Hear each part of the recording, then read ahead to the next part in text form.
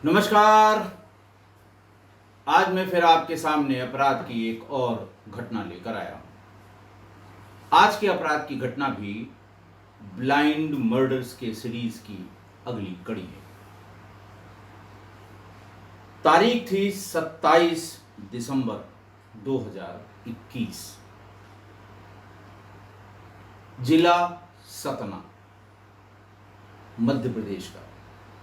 सतना जिले के मझगवां थाना क्षेत्र के गांव पटनी के निम्हाई डांडी जंगल में एक नव यौवना की लाश मिली। पासरबाई यानी वहां से गुजरने वालों ने सवेरे जब ये लाश देखी तो थाने पर इत्तला की कि यहां निम्हाई डांडी के जंगलों में एक लाश लड़की की पड़ी हुई है। पुलिस भी आई। पुलिस ने गांव वालों को इकट्ठा किया, कोशिश की कि शायद कोई इसे पहचान जाए, लेकिन लड़की की पहचान नहीं हो पाई। मैंने बहुत बार ये बताया है कि जब तक डेड बॉडी की पहचान नहीं होती, विवेचना का आगे बढ़ाना बहुत मुश्किल होता है। सारा जोर, सारा प्रयास, सारी मेहनत उस अज्ञात डेड बॉडी के पहचान में पुलिस लगा देती है।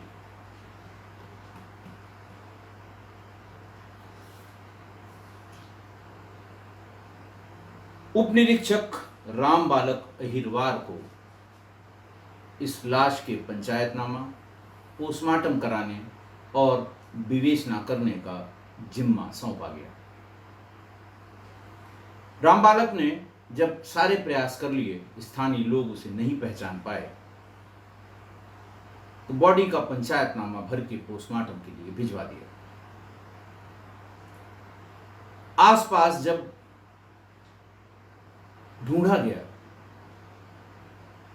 सब इंस्पेक्टर ने सिपाहियों के साथ, आदमी ये सोचता है कि यहां बॉडी फेंकी गई है, हो सकता है अपराधियों से कोई चीज छूट गई हो।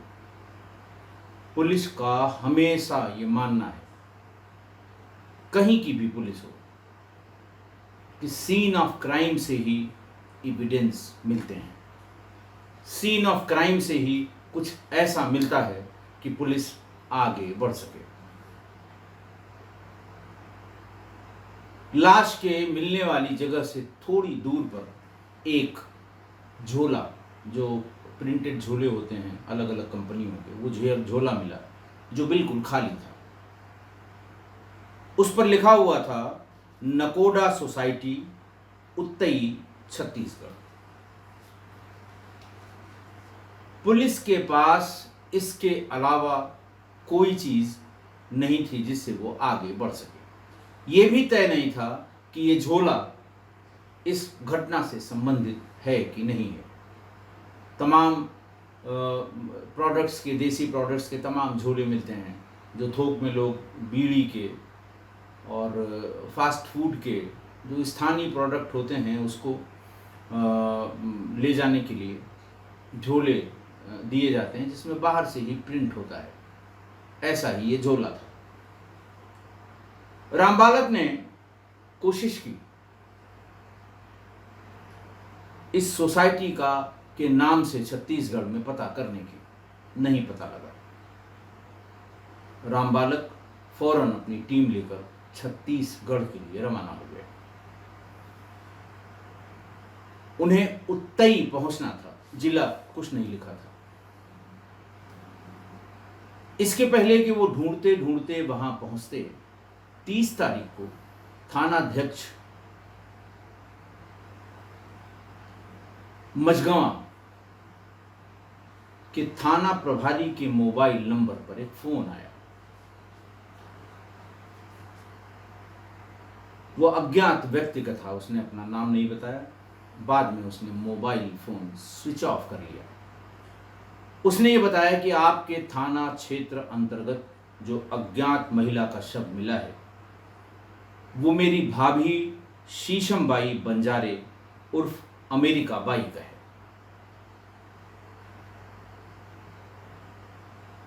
उससे ये पूछा कि आप कहाँ के रहने वाले हैं। उसने कहा साहब हम छत्तीसगढ़ के पंगरी, गोरकापार पंगरी, जिला बालोद के रहने वाले हैं। उन्होंने पूछा कि हमारी टीम वहां गई हुई है और ये नकोडा सोसाइटी कहाँ की है। उन्होंने कहा साहब ये हमारे जिले की ही एक सोसाइटी है जो हमारे गांव से करीब 10 किलोमीटर की दूरी पर है। फौरन थाना प्रभारी ने बालक राम को फोन किया और बताया कि आप पहुंचे कि नहीं पहुंचे। उनका सब बस पहुंचने वाले हैं। उन्होंने कहा पता लग गया है, आप गोरकापार पंगरी इस गांव में पहुंचे जो बालोद जिले छत्तीसगढ़ में पड़ता है, और वहां पर पता करें कि क्या शीशम बाई बंजारा उर्फ अमेरिका बाई कोई महिला थी, उसका घर कहाँ है, कौन थी और कहाँ पर है। बालक राम सीधे इस दिए हुए पते पर पहुंच गए। वहां ये पता लगा कि अमेरिका बाई 22 दिसंबर को घर से स्कूटी लेकर गई थी। उसके बाद इसका कुछ पता नहीं है। मोबाइल फोन स्विच ऑफ है, कहीं से कोई सूचना नहीं मिली। रूप, रंग, कद, काठी, कपड़ा और पहनावा की जानकारी बालक राम ने कर ली।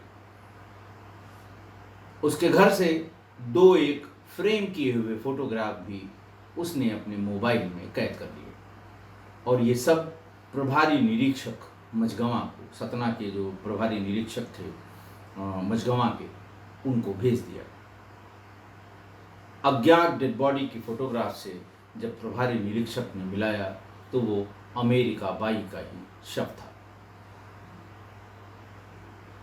तो 22 दिसंबर को वो स्कूटी लेकर निकली और 27 दिसंबर 2021 को उसकी बॉडी यहां पर मिल गई।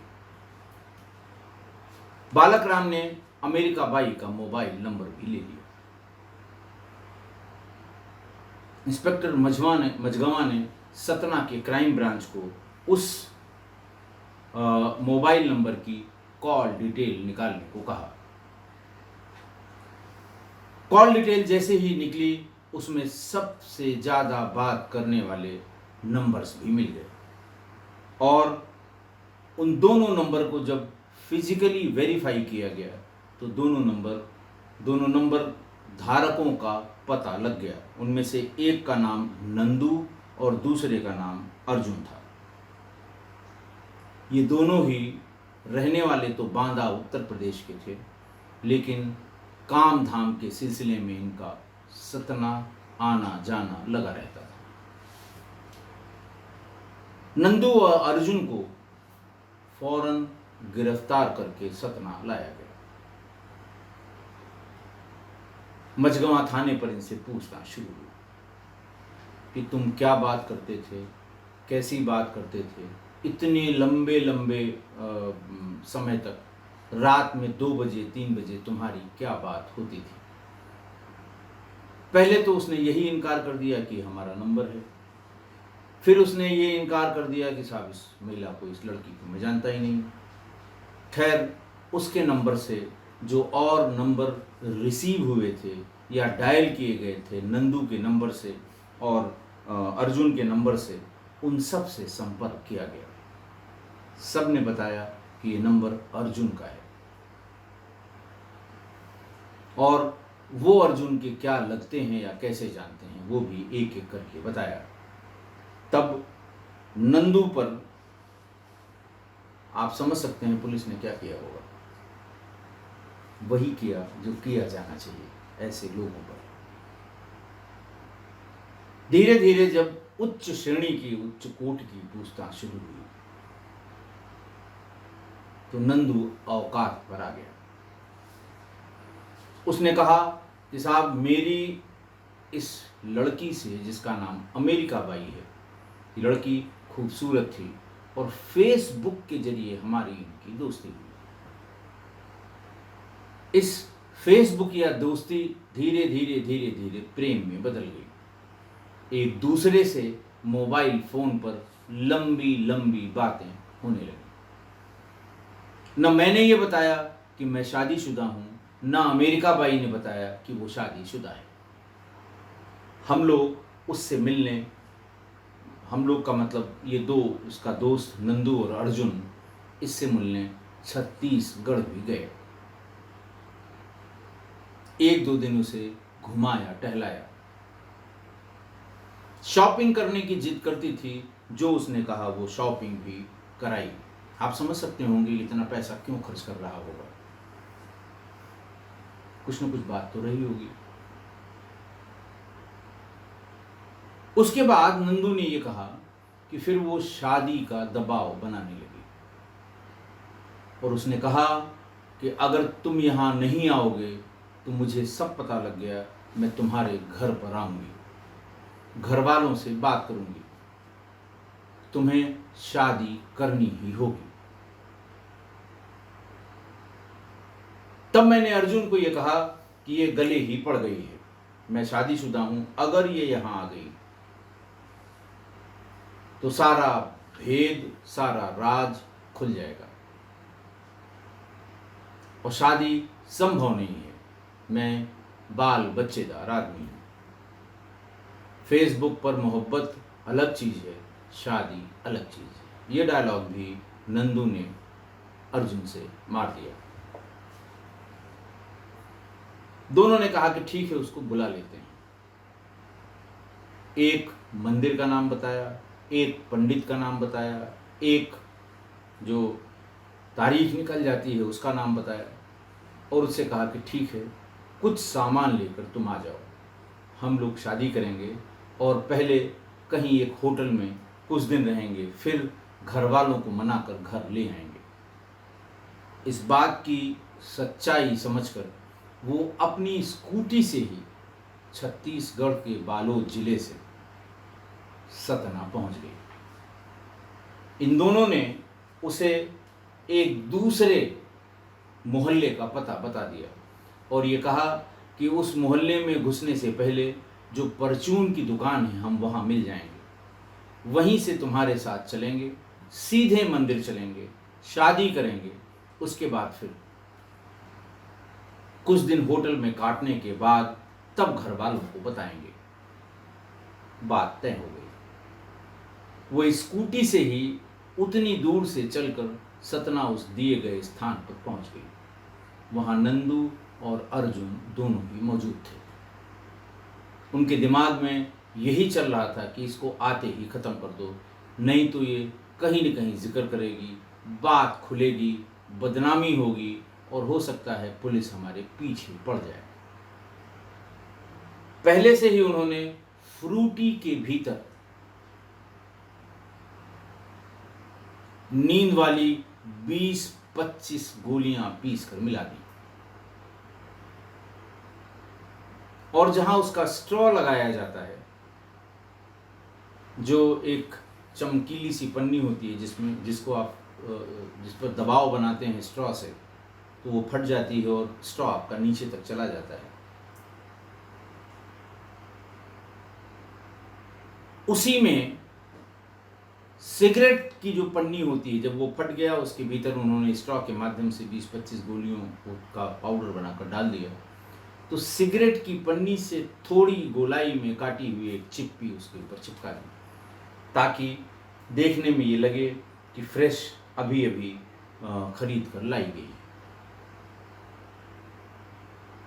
उसके साथ 2 और फ्रूटी उन लोगों ने खरीद ली। फिर एक टैक्सी लेकर वो वहां से चल पड़े। रास्ते में एक जगह उतरकर उन्होंने कहा कि जल्दी से हम लोग कोल्ड ड्रिंक पी लेते हैं, वरना मंदिर पहुंचने पर पता नहीं पंडित जी उस समय खाने की इजाज़त देंगे कि नहीं देंगे। बात दिसंबर की थी। ठंडा फ्रूटी पीने का कोई मतलब नहीं था। बैग से निकालकर अच्छी तरह पहचान करके किस फ्रूटी में नशीली दवाइयाँ पाउडर बनाकर मिलाई गई हैं, वो वाली उसको दे दी। उसने स्ट्रॉ से उसको स्ट्रॉ को भीतर डाला।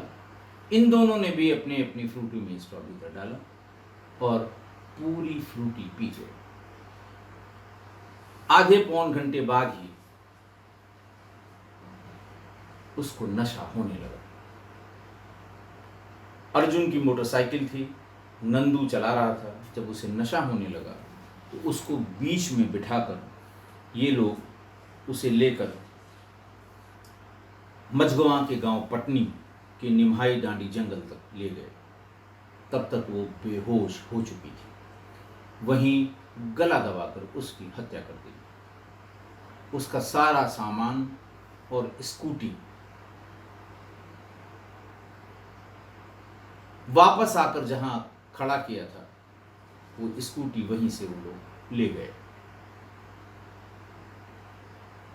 जंगल से पहले जहां पर जो बैग वहां पर, जो झोला वहां पर छूट गया, उस झोले में उसके 2 जीन्स और टी शर्ट रखे हुए थे और एक रस्सी इन लोगों ने उसी में रख दी थी कि अगर मारने में दिक्कत होगी तो रस्सी से उसका गला कस देंगे। अगर मान लिया दवा असर नहीं की या नहीं पिला पाए तो कहीं जंगल में ले चलेंगे और दोनों लोग मिलकर रस्सी से उसका गला कस देंगे। लेकिन उनका काम आसान हो गया था। नींद की दवाइयां उसको असर कर गई थी, वो बेहोश हो गई थी। इसलिए वो रस्सी और उसके कपड़े वहां से निकाल लिए, झोले को वहीं फेंक दिया। लेकर वहां पर आए जहां उसकी स्कूटी खड़ी की थी। स्कूटी लेकर ये वापस लौट गए बांदा अपने घर पर। पुलिस ने वो स्कूटी और अमेरिका बाई का मोबाइल नंबर बरामद कर लिया। पुलिस ने अमेरिका बाई के बारे में भी जानकारी इकट्ठा की कि आखिर ये शीशम बाई और अमेरिका बाई इसकी क्या बैकग्राउंड है, क्यों पागल होकर वो छत्तीसगढ़ से स्कूटी से ही शादी करने की नीयत से नंदू के पास सतना आ गई।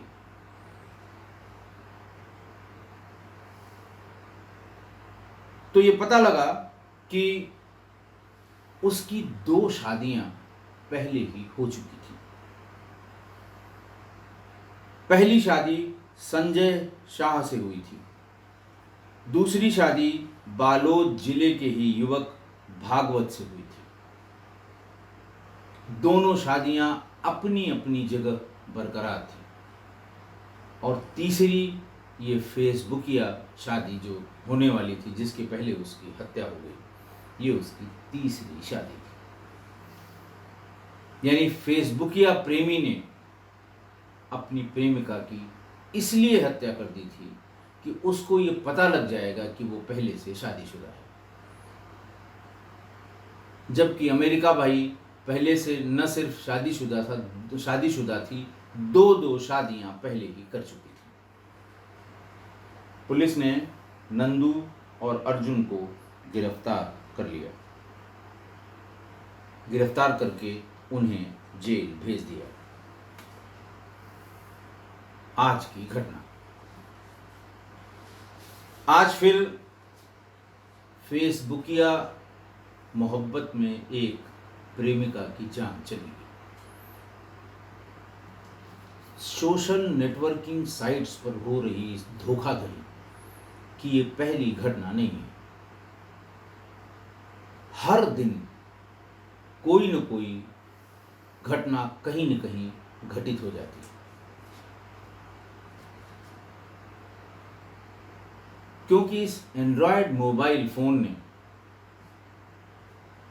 आप किसी लड़की अगर लड़के से बात करना चाहे, लड़का अगर लड़की से बात करना चाहे, तो बस थोड़ी सी स्पेस चाहिए। कहीं बाग में बैठकर आप वीडियो कॉल कर लीजिए, घर की छत पे बैठ के वीडियो कॉल कर लीजिए। घर से आप निकलिए ही मत, ताकि घर वालों को कोई शक न हो किसी कमरे में बैठ के आप वीडियो कॉल कर लीजिए, और आपको फिर लगने लगता है कि बस जो है वो यही है, चाहे लड़का हो चाहे लड़की हो। आपका ये फेसबुकिया प्यार, ये स्टिमुलस जान लेकर ही छोड़ेगा। सामने वाले ने बताया कि साहब मेरी उम्र 21 साल है, बहुत होगा तो कहने लगते तो नहीं हो, बोले नहीं 21 साल ही है। डेट ऑफ बर्थ पूछा, वो भी बता दिया। ऐसा है लड़की से पूछा तुम कितनी साल की हो, क्या उम्र है, क्या डेट ऑफ बर्थ है, उसने भी कुछ अर्जी फर्जी बता दिया। कितने भाई बहन हैं ये भी अर्जी फर्जी बता दिया। कहाँ रहते हैं ये भी फर्जी बता दिया। क्या काम करते हो तो चाहे जो बता दीजिए। हर ऑफिस की कोई न कोई फ़ोटो आपको मिल जाएगी इंटरनेट पे। फ़ोटो शॉपिंग करने का तो शौक़ है, खासकर नए बच्चों में। फ़ोटोशॉप से आप उस ऑफिस में उस कुर्सी पर अपने को बिठा लीजिए, एक फ़ोटो खींच लीजिए और बताइए कि मैं इस समय ऑफिस में हूँ। पीछे बोर्ड भी दिखाई देगा।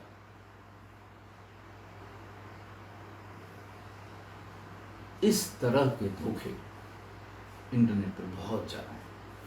मुझे कल या परसों किसी ने फ़ोन किया था,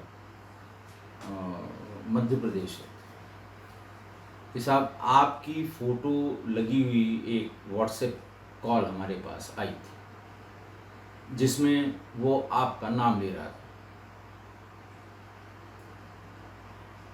ट्रू कॉलर पे आप ही का नाम आ रहा था, राजेश पांडे IPS। मुझे वो ब्लैकमेल कर रहा है, वही वाला ब्लैकमेल का मामला, जो आप वीडियो कॉल उठाइए और सामने एक नंगी लड़की की तस्वीर आएगी, फिर तुरंत एक आदमी बताएगा YouTube से बोल रहा हूँ, आपकी एक वीडियो आई है, मैं YouTube पे अपलोड करने वाला हूँ, हमें फला नंबर पर 20,000 रुपये तत्काल भेज दीजिए, वरना ये अभी अपलोड हो जाएगी।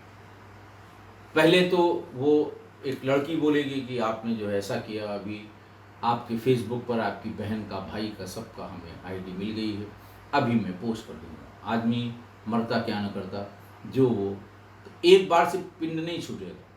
पहले मान लिया आपने उसको 20,000 10,000 रुपये दे दिए, तो अब YouTube वाला आ गया, उसी ने मुझे सब बातें बताएं। YouTube वाला आ गया, उसने जो नंबर दिया मुझे, तो मैंने कहा भाई तुम उसकी बोली भाषा रिकॉर्ड कर लो, और मुझसे जो बात कर रहे हो ये भी रिकॉर्ड कर लो। नहीं यकीन होता है तो रोज़ किस्सा गोई का एपिसोड आता है, उसको देख लो। मेरी शक्ल सूरत का भी पता लग जाएगा, आवाज़ का भी पता लग जाएगा। वो यहीं पर नहीं रुकते, वो पहले मैं YouTube से बोल रहा हूँ, आपकी एक वीडियो आई है और वो अगले 10 मिनट में अपलोड हो जाएगी, ये दे दीजिए आप पैसा हमें 10,000 20,000। फिर आपने ना नुकर की तो एक फ़ोटो और वो भेजेंगे आपको व्हाट्सएप पे कि उस लड़की ने सुसाइड कर लिया है, अब आपको कोई रोक नहीं सकता, आपके खिलाफ FIR होगी। ये देखिए उसके घर के सामने भीड़ लगी हुई है, तमाम फ़ोटो आपको मिल जाएंगे, घर के सामने भीड़, कोई दशहरा देखने वाली भी मिल जाएगी, रामलीला देखने वाली भी मिल जाएगी, कोई जुलूस को देखने वाली भी मिल जाएंगी, वो फ़ोटो लगा देंगे। और फिर तब भी आपने नहीं दिया, उनका आपके खिलाफ FIR हो गई है, अभी आपको DCP साहब फ़ोन करेंगे। वो जब फ़ोन किया तो उसमें DP में मेरी फ़ोटो लगी है, मेरी नहीं, तमाम अलग जो भी फ़ोटो उनको मिल जाए नेट पे वही लगा देंगे, वही नाम लिख देंगे। मैंने उनको ये कहा कि प्रभु आप इसकी FIR अपने ज़िले में तत्काल करा दीजिए।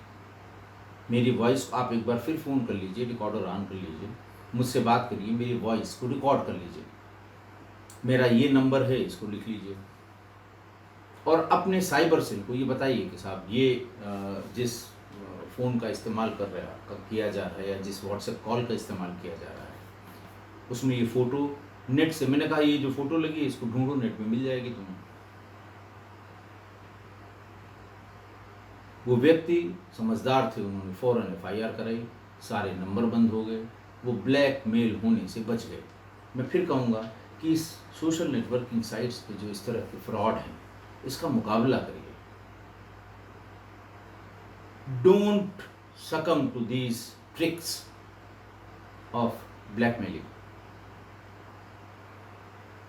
क्यों डरते हैं आप? देखिए, ये आज जो हुआ, ये फेसबुक पर दोनों की आईडीज फेक, दोनों एक दूसरे को कुंवारे बता रहे हैं, दोनों एक दूसरे को अरबपति करोड़पति बता रहे हैं, और अंत में अमेरिका बाई जान से चली गई। इसलिए मैं फिर एक बार किस्सा कोई परिवार के लोगों से अनुरोध करूंगा कि सोशल मीडिया पे जो दिखता है वो सच्चाई नहीं है, इस फरेब में न पड़े, ब्लैकमेल होने से अपने आप को बचाएं। आशा है आप मेरी इस बात से सहमत होंगे। आज के लिए इतना ही। बहुत बहुत धन्यवाद।